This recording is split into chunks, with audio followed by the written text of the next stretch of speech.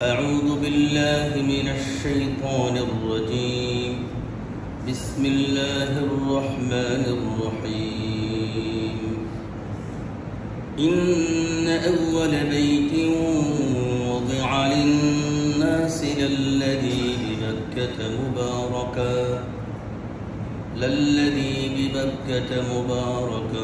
وهدى للعالمين فيه آيات بينات مقام إبراهيم ومن دخله كان آمنا ولله على الناس حج البيت من استطاع إليه سبيلا ومن كفر فإن الله غني عن العالمين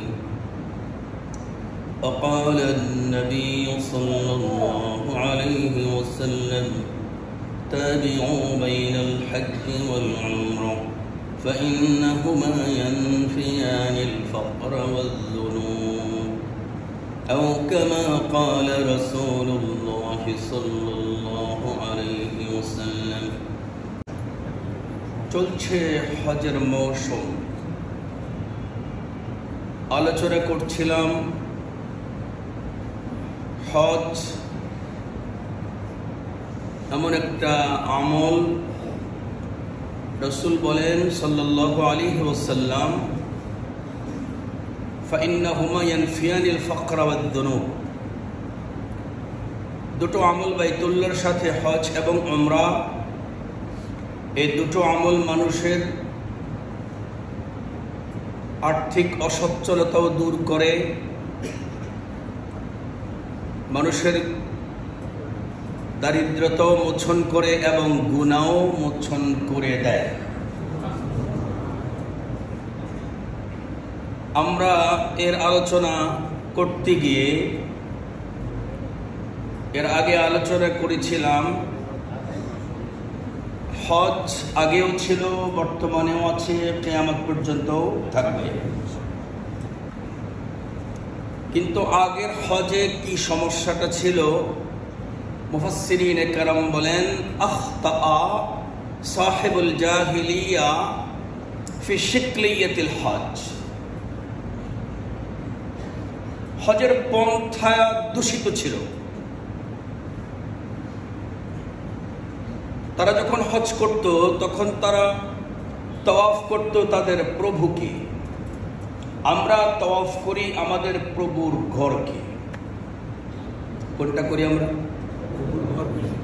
আমরা কি প্রভুকে তাওয়াফ করি না প্রভুর ঘর তাওয়াফ করি? আন আতুফা বিল বাইত আই আন আতুফা বিবাইতিল্লাহ। আমরা আমাদের রবের ঘর তাওয়াফ করি। আর আগের যুগে, ইসলাম আসার আগে, তারা যখন হজ করত তারা তাওয়াফ করত তাদের প্রভুকে। জাহিলিয়তের যুগে,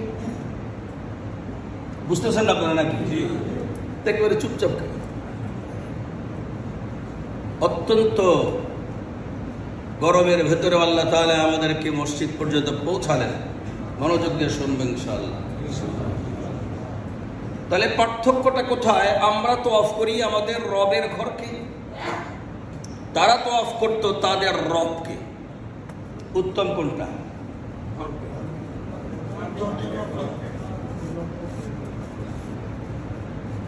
মুফাসসিরিনে কেরাম বলেন এটাই তাদের ভুল ছিল, যে তারা তাদের রবকে তারা তাওয়াফ করত। এটা তাদের সেকেলের মধ্যে ভুল।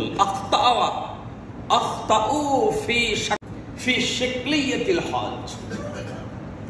তারা তাদের হজের পন্থায় ভুল করেছে। আমরা বর্তমানে কেউই আমাদের রবকে তাওয়াফ করি না, আমরা তাওয়াফ করি আমাদের রবের ঘরকে। ভুল বললাম? ঠিকঠাক বলেন না কেন? সন্তান তেলাওয়াত করে আর তাবিঈ সিজদা করে, সন্তান তেলাওয়াত করে তাবিঈ সিজদা করে। জিজ্ঞেস করছে, বাবা আমি তেলাওয়াত করলাম, আপনি সিজদা করলেন, আর আপনি যে সিজদা করলেন রাস্তার ধারে, এটা কি মসজিদ? আমরা এখনো অনেকে জানি না নামাজ কোন জায়গায় পড়া যায়, কোন জায়গায় পড়া যায় না। কৃষক খেতে কাজ করতে যায়, যদি পবিত্র একখান গামছা থাকে ওইখানেই নামাজটা করতে পারে না? শ্রমিক কাজ করতে যায়, সাথে যদি পরিষ্কার একটা কাপড় থাকে সেখানে নামাজ পড়তে পারে। কিন্তু আগের যুগে এবং পদ্ধতিটা ছিল না। আগে নির্ধারিত জায়গা ছিল ইবাদতের। নবীজির যুগে আসার পরে আল্লাহ পাক নবীজির সম্মানার্থে তাম পৃথিবীর মাটিকে সিজদা দেওয়ার ও গ্রহণের মসজিদের মতো যোগ্য করে দিলেন। বাবা, আপনি সিজদা করলেন কোন জায়গায়? এটা কি মসজিদ? তাবিঈ মুচকি মুচকি হাসে আর বলেন, জুইলাত লিয়াল আরদু মাসজিদান ওয়া তুহুরা। সুবহানাল্লাহ। এই জমিনের আগে দুটো যোগ্যতা ছিল না। আল্লাহ তাআলা দুটো যোগ্যতা জমিনকে দান করলেন প্রিয় নবীজির সম্মানার্থে। আগের জমিনের দুটো যোগ্যতা ছিল না। এক নম্বর যোগ্যতা হলো এই জমিন এটা পবিত্র ছিল না। নবীজির সম্মানার্থে জমিন পবিত্র। এখন মাটির দ্বারা তায়াম্মুম করলেও নাপাক মানুষ পাক হয়ে যায়, এটা আগে ছিল না। দুই নম্বরে জমিনের যেই কোনো জায়গাতে নামাজ পড়লে হতো না, এখন যেই কোনো জায়গাতেই নামাজ পড়লে হয়। তাই বলে মসজিদ একবার ছেড়ে দিয়ে দেব, তাই না? মসজিদের ফজিলত আছে না নাই? এজন্য ঠেকাবশত যে কাজটা, সেটার জন্য হলো এই মাসআলা। তাবিঈ সিজদা করলো, সন্তান জিজ্ঞেস করলো, আইয়ু বাইতিল বুদিআ, কোন ঘর প্রথম বানানো হয়েছে? তাবিঈ জবাব দিলেন, আমি তো জানি না, তবে সামিআতু আবা বকর সিদ্দিক রাদিয়াল্লাহু তাআলা আনহু ইয়াকুল, সামিআতু রাসূলুল্লাহ সাল্লাল্লাহু আলাইহি ওয়াসাল্লাম, ইন্না আউওয়ালা বাইতিন ওয়াদিআ লিন-নাস লাল্লাযী বিবাক্কাতা মুবারাকান ওয়া হুদাল লিল-আলামিন। সুবহানাল্লাহ। আমি হযরত আবু বকরের থেকে শুনেছি, আর আবু বকর বলছে তিনি নাকি নবীজি থেকে শুনেছেন।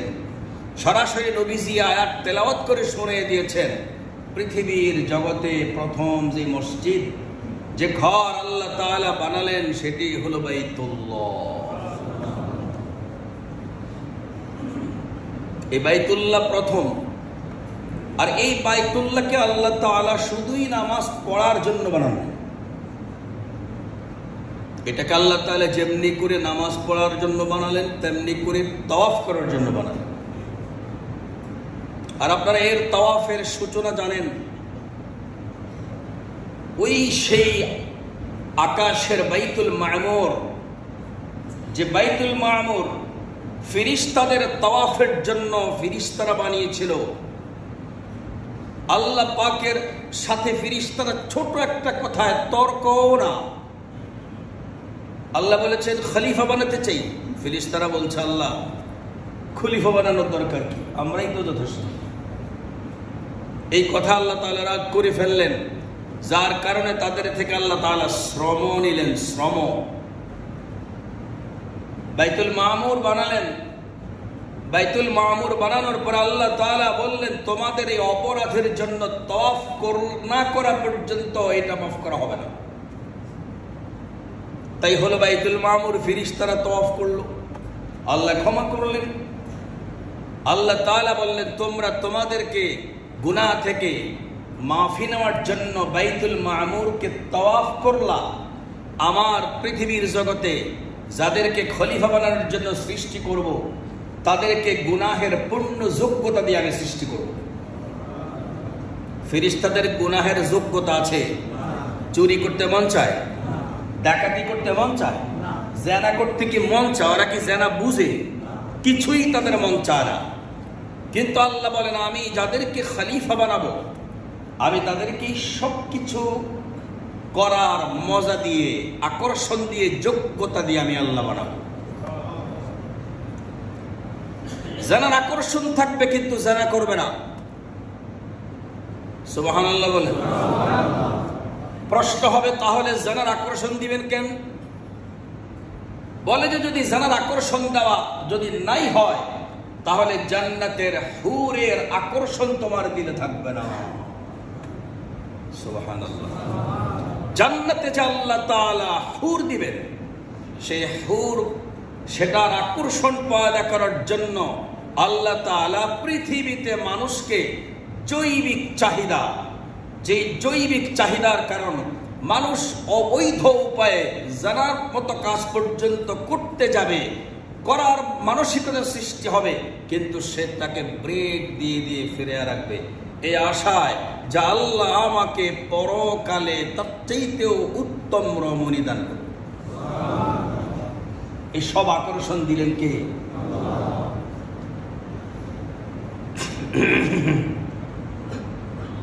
এই যে আপনারা খুব দামি দামি ইঞ্জিন কিনেন, প্রত্যেকটা ইঞ্জিনকে বলা হয় হর্স পাওয়ার। কি বলা হয়?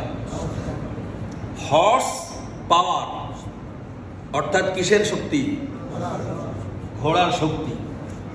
এখন ঘোড়ার যে এত শক্তি এটা তো আপনি জানেন না। কোন বিজ্ঞান আবিষ্কার করে দেখলো ঘোড়া এত শক্তি? ঘোড়ার বিজ্ঞান তো গবেষণা করবে তার দ্রুত গতিটা কোনটা বেশি। প্যানেগ্রিন নামক একটা পাখি আছে, যেই পাখিটা ঘন্টায় 320 কিলোমিটার উঠতে পারে। ওটার পুরো নাম প্যানেগ্রিন শাহিন। আসলে শাহিন বলা হয় সাধারণত বাজ পাখিকে, কিন্তু এই পাখিটা ভিন্ন একটা পাখি, এটা ছোট একটা পাখি। আল্লাহ তাআলা এই পাখিটা বানালেন, এর মধ্যে উড়ার যে শক্তি দিলেন, এটা ঘন্টায় 320 কিলোমিটার উড়ে চলে যায়। আর একটা তেজি ঘোড়া মাত্র ঘন্টায় 88 কিলোমিটার। কোথায় 320 আর কোথায় 88 কিলো? বেশি কোনটা? 320 পাখি। কিন্তু আপনি কি আপনার কোনো ইঞ্জিন বানালে এটাকে আপনি হর্স পাওয়ার বানান নাকি প্যানেগ্রিন শাহিন বানান? হর্স পাওয়ার বানান। কেন এমনটা বানান? কোরআনে কারীমের একটা আয়াত, যুয়্যিনা লিন-নাসি হুব্বুশ শাহাওয়াতি মিনান নিসা والبنين والقناطير المقنطرة من الذهب والفضة والخيل المسومة والأنعام والحرث ذلك متاع الحياة الدنيا। আল্লাহ তাআলা বলেন তোমাদের দিলে আমি কোন কোন জিনিসের আকর্ষণ দিলাম। হুব্বুশ শাহাওয়াতি মিনান নিসা ওয়াল বানিন ওয়াল কানাতিরিল মুকান্তারাতি মিনাজ যাহাবি ওয়াল ফিদ্দা ওয়াল খাইলিল মুসাওয়ামা। খাইলে মুসাওয়ামা মানে হলো ব্র্যান্ড হবে হর্স পাওয়ার। সুবহানাল্লাহ বলবেন। বলবেন যে হুজুর আগে নিজে কইলেন না হুব্বুশ শাহাওয়াতি মিনান নিসা, এ জায়গায় আলোচ্য বিষয় নয়, সেটা হলো নারীর প্রতি পুরুষের আকর্ষণ। হুব্বুশ শাহাওয়াতি মিনান নিসা ওয়াল বানিন, মা বাবার আকর্ষণ, মহব্বত তার সন্তানের প্রতি। ওয়াল কানাতিরিল মুকান্তারাতি মিনাদ যাহাব, স্বর্ণের মালিক হওয়া। কার দিলে আকর্ষণ না আছে? স্বর্ণের মালিক হওয়া অর্থাৎ অর্থনীতির কারেন্সির মালিক হওয়া। চাহিদা মাত্র ইহার বাহককে 100 টাকা দিতে বাধ্য থাকিবেন, এটা তো মূলত অর্থনীতির কারেন্সি নয়, এটা একটা কাগজ। যে কাগজটা দিলে আপনাকে 100 টাকা পৃথিবীর যে কোনো জিনিস আপনি কিনতে পারবেন, কিন্তু এটা তো মূল টাকা নয়। অর্থনীতির কারেন্সি হচ্ছে কানাতিরিল মুকান্তারাতি মিনাদ যাহাবি ওয়াল ফিদ্দা, স্বর্ণ এবং রূপা। আল্লাহ বলেন এগুলোর আকর্ষণ বান্দার দিলে দিয়ে দিয়েছি আমি। ওয়াল খাইলিল মুসাওয়ামা, এবং হর্স পাওয়ার। সুবহানাল্লাহ বলেন। কি বুঝলেন? হয়তো আপনি বলবেন যে হুজুর আপনি এরকম নামাজ করেন, এটা বনশ্রীতে, আমি সব জায়গায় এরকম নামাজ করি না। আপনারা এই সমস্ত বিষয়গুলো অনেক গবেষণা করেন, তাই আমি আপনাদেরকে এটাকে স্মরণ করাই।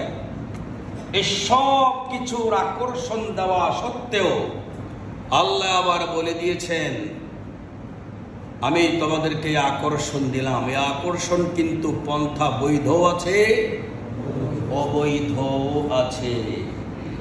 ফেরেশতাদেরকে আল্লাহ তাআলা ডাক দিয়ে বলেন আমি যে যে জায়গাতে আকর্ষণ দিয়ে দিলাম, এই আকর্ষণের জায়গাটা আমার বান্দাগুলো থেকে ছিনতাই করে শয়তান এটারে নিয়ে নিয়েছে, নিয়া যেটা দামি যেটা ভালো ওটারে দেখিয়েছে অপছন্দ করে, আর যেটার দাম নাই যেটা মন্দ ওটারে সাজায়া দেখাইছে পছন্দ করে। বাজারে টমেটো একটার কালার এমন লাল মনে হয় যেন প্রসাধনী সামগ্রী দ্বারা সাজায়া বাজারে আছে, আরেকটা এত লাল না, কেমন যেন মন্দা লাল। বলুন তো দেখি দুইটার মধ্যে ভালো কোনটা? যেটা অনেক লাল ওটা ভালো, না যেটা মন্দা মন্দা লাল এটা ভালো? ভালো করে বলেন। যেটা একেবারে লাল, একেবারে চকচকে লাল, এটা মূলত একেবারেই মানে কি বলে বাতিও না, কচি কচি বেগুনগুলোকে টমেটোগুলোকে যখন মেডিসিনে চুপ দিয়ে উঠায়, রাতের বেলায় উঠে রেখা দিলে সকালে দেখা যায় একেবারে আপনার মরিচা কালার হয়ে গেছে। ভিতরে কাটার পরে পাক করার পরে আপনি এটার উপর দিয়ে এত লাল চাপ দিয়ে দেখবেন এত শক্ত, আর যেটা এত আকর্ষণ লাল না ওটা আপনি চাপ দিয়ে দেখবেন ওটা কিন্তু একেবারে নরম। গাছ পাকাটা এত লাল হয় না। আল্লাহ তাআলা ডাকে বলেন দুনিয়ার জগতে আমি যে বৈধ পন্থার জিনিসগুলো বানালাম এগুলোর চাইতে শয়তানেরটা অনেক সুন্দর। তার কারণটা ওটা হলো ওই যে কচি টমাটোকে মেডিসিন দিয়ে পাকাইলে যেমন সুন্দর লাল কালার হয়, কিন্তু গাছ পাকা টমেটো এত সুন্দর কালার হয় না। মূলত তোমার কাছে খেতে ভালো লাগবে যে টমেটো লাল কালার এত সুন্দর না, যেটার কালার মুন্দা এটাই তোমার কাছে ভালো লাগবে। আপনি সালাদ বানান, তরকারি পাক করেন, এটা সিদ্ধ হবে, কিন্তু যেটা একেবারে টকটকা লাল ওটা দেখবেন ঠিক মতো সিদ্ধ হয় না। ডালে দিলে মনে হয় যেন এটা আর চাপ দিলে ফিরে গায়ে ছিটকায় আসে, গলে যায় না। বাস্তব আল্লাহ ডাক দিয়া বলেন ফাযায়্যানা লাকুমুশ শাইতান, আমি সাজালাম একদিকে, ও সাজালো, শয়তান সাজালো আরেকদিকে। আল্লাহ সাজালেন একদিকে, শয়তান সাজালো আরেকদিকে। আমারটা আমার বান্দার নজর কাড়ে না, কিন্তু শয়তানের একটা বান্দার নজর কাড়ে। কথা ঠিক না ঠিক বলে? তো এই সবগুলো আকর্ষণে আমরা যখন ভুল করব, আল্লাহ ফেরেশতাদেরকে বলেন ফেরেশতা আমার এই বান্দা এই ভুলগুলোকে তাদের থেকে আমলনামা থেকে মোছার জন্য তোমরা যেমনি করে বাইতুল মামুরকে তাওয়াফ করে নিজেদেরকে তোমরা শোধন করেছ, আমার বান্দাগুলোর আমলনামা শোধন করার জন্য দুনিয়াতে এমন একটা ঘর করা লাগবে যেই ঘরে তারা তাওয়াফ করলে আমি আল্লাহ তাদেরকে এমন ভাবে ক্ষমা করে দেব, রাজা কায়াউমিন ওয়ালাদাতহু উম্মুহু, আমার এই বান্দাটা যেদিন তার মায়ের পেট থেকে নিষ্পাপ জন্ম নিয়েছিল, তাওয়াফ করার পরে আমি আল্লাহ এমন নিষ্পাপ বানিয়ে দিয়েছি।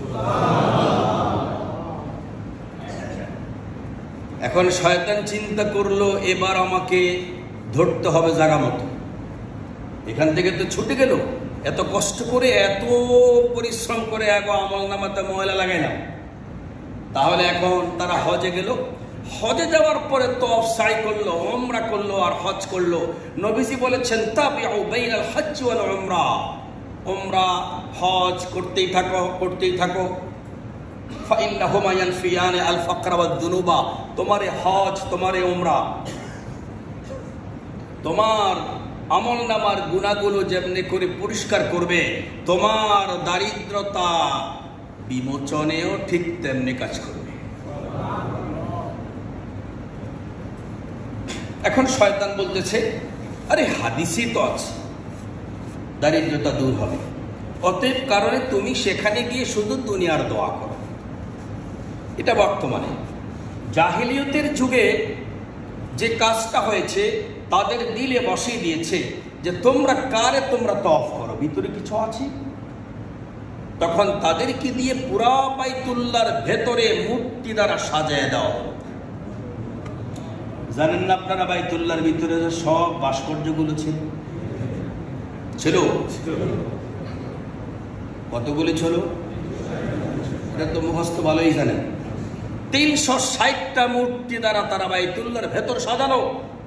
শয়তান সাজায় দেখালো কারে তওয়াফ করো, যারে তওয়াফ করো, যারে তওয়াফ করার দরকার তারে করবা, নাকি যারে তওয়াফ করার দরকার না তারে করবা। তওয়াফ তো করবা তোমরা তোমার মালিকের।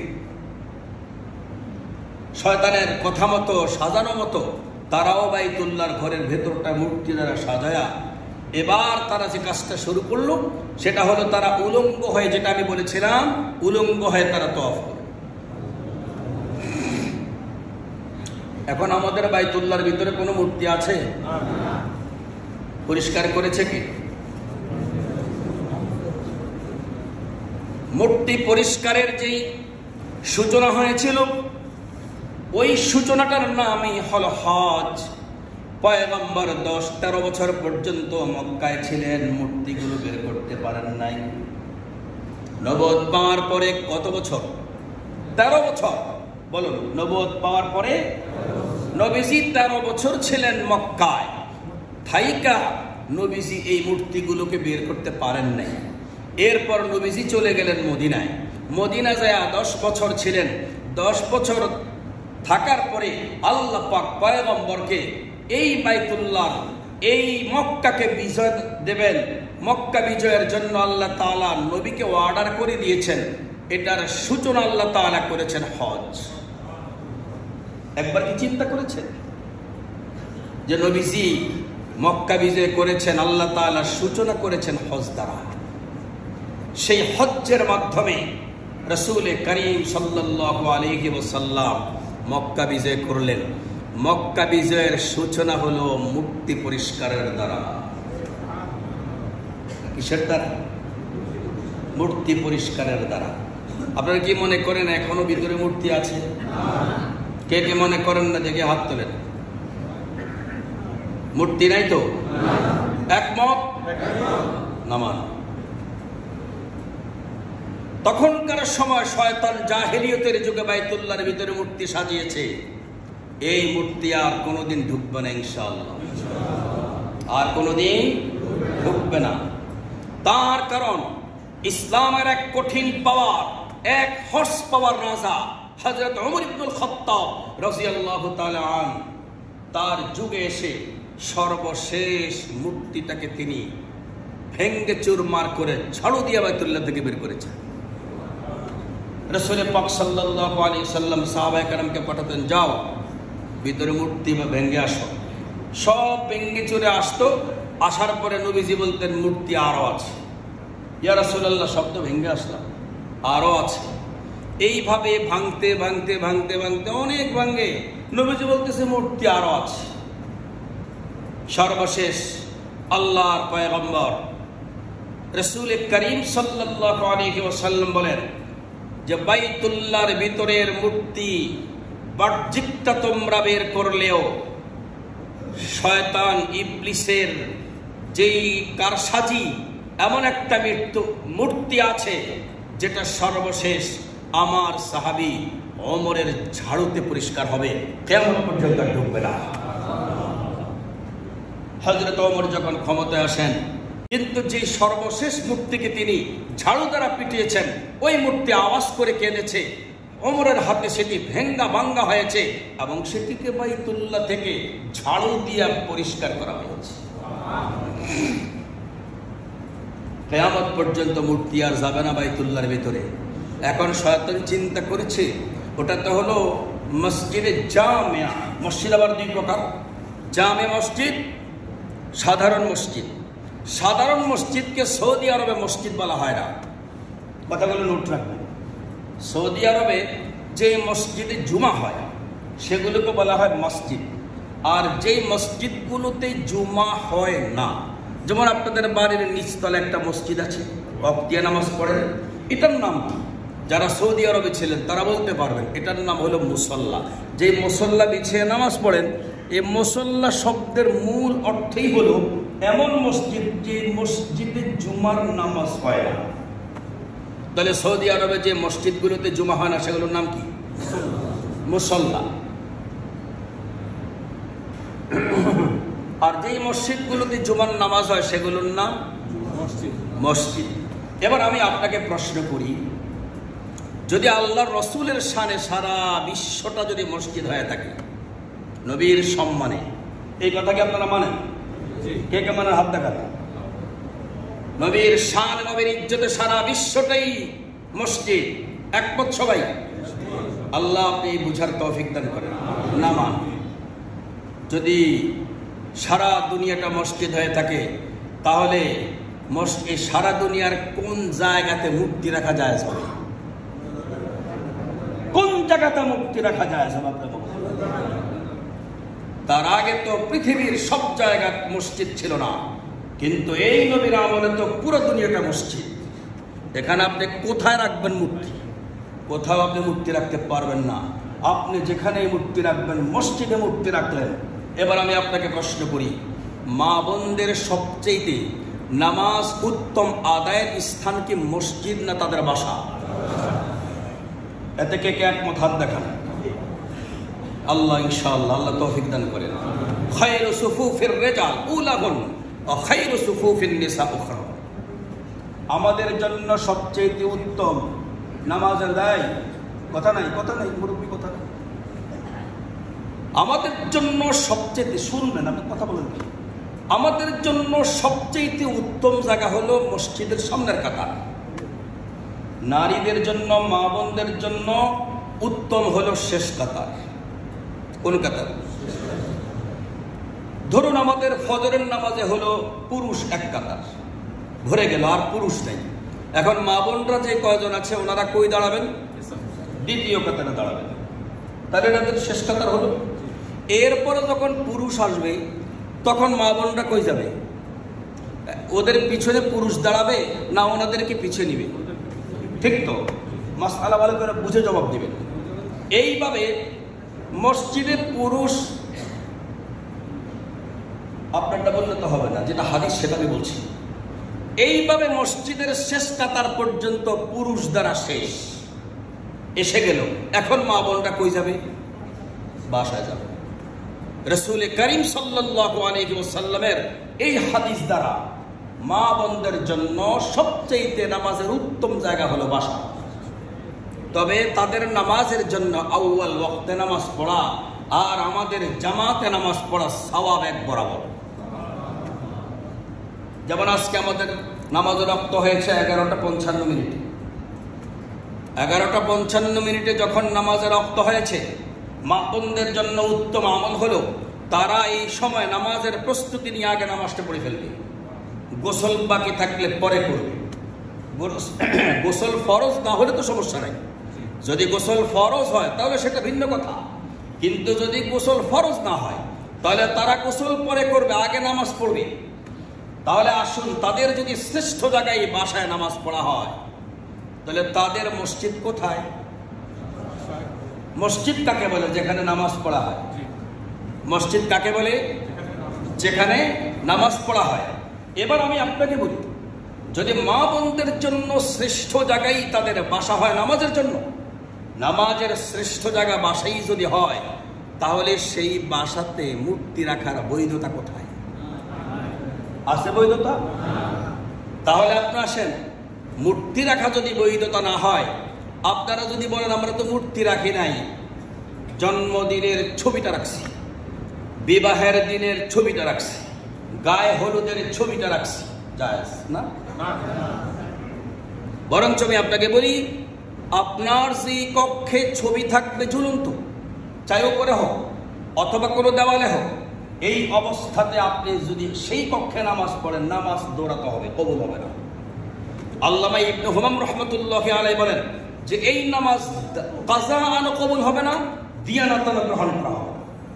এটাকে দিয়ানাতন নেওয়া হবে না, কাজা আন নেওয়া হবে না। এই জন্য আমাদের দায়িত্ব কি হবে? হজে আমরা যাই, আমাদের প্রিয় নবীজি হজে গিয়ে বাইতুল্লাহর মাধ্যমে, মূর্তি ভাঙ্গার মাধ্যমে মক্কাকে বিজয় করে তিনি হজের সূচনা করেছেন। আর আমাদের হজের সূচনা কি হবে? আমরা কি বাইতুল্লাহর ভিতরে আমাদের মূর্তি ভাঙ্গার দায়িত্ব আর প্রয়োজন হবে না, কিন্তু আমাদের মূর্তি ভাঙ্গার দায়িত্ব হবে নবীজির হাদিসে জুইয়াত লিয়াল আরদু মসজিদান ওয়া তুহুরা, সারা বিশ্ব যেহেতু আমাদের মসজিদ, বিশ্বের কোনো জায়গায় মূর্তি থাকুক, ছবি থাকুক, এটা কোনো মুসলমান মানতে পারে না। এজন্য গড় থেকে মূর্তি সরে বাইতুল্লাহ যাবে ইনশাআল্লাহ। এই জন্যই তখন আমাদের দোয়া হবে লাব্বাইক আল্লাহুম্মা লাব্বাইক। উপস্থিত, হে আল্লাহ আমি উপস্থিত। লাব্বাইক লা শারীকা লাকা লাব্বাইক, লা শারীকা লাকা, আল্লাহ আপনার কোনো শরীক নাই। আমাদের এই ছবি আর এই মূর্তি ঝুলায় রাখা, এটা ছিল পূর্ববর্তী উম্মত যারা মুশরিক ছিল, তাদের সেই শিরকের প্রধান কাজ। সেটাকে আমরা নিজের হাতে জবাই করব, নিজের হাতেই আমরা সেটাকে দাফন করে তারপর আমরা বাইতুল্লাহ যাব। হাজী সাহেবদের কাছে আমার অনুরোধ থাকবে, ঘরের মূর্তি না ভেঙ্গে, না সরে, পবিত্র না করে আপনি বাইতুল্লাহ গেলেও কোনো কাজ হবে না। এজন্য আগে ঘর পরিষ্কার করুন। টাকা পয়সা খরচ করলেই হাজি হওয়া যায় না। টাকা পয়সা খরচ করলেই হাজি হওয়া যায় না। কোন পন্থায় আমাদের হজে ভুল, আমাদের সেই ভুলগুলো, এজন্য তো বলেছিলাম যে আখতা সাহিবুল জাহিলিয়া ফি শিকলিয়াতিল হজ ওয়া আখতা সাহিবুল ইসলাম ফি আকলিয়াতিল হজ।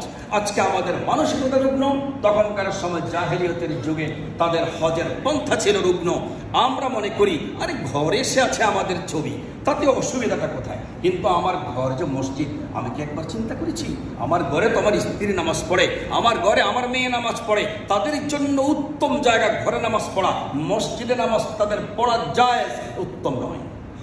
কথা বলেন?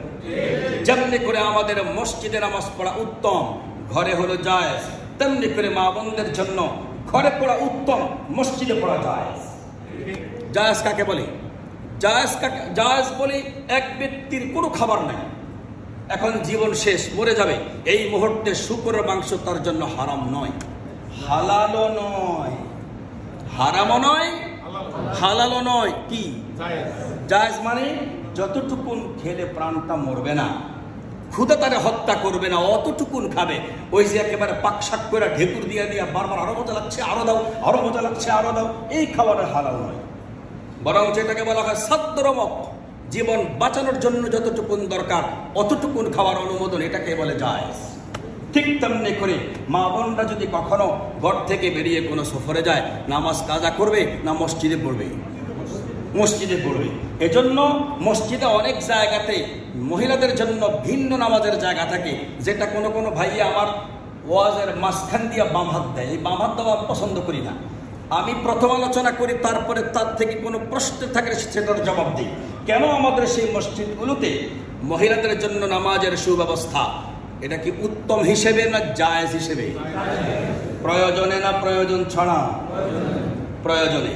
এজন্য মহিলারা তাদের ঘরের সন্তানাদি কাম কাজ সব ছেড়ে মসজিদে গেলে কখনোই তাদের নামাজ উত্তম হবে না, বরঞ্চ তারা ঘর পাহারাদারি করবে, সন্তান পাহারাদারি করবে, সব সময় স্বামীর সবকিছু রক্ষণাবেক্ষণ করে ঘরে থাকবে।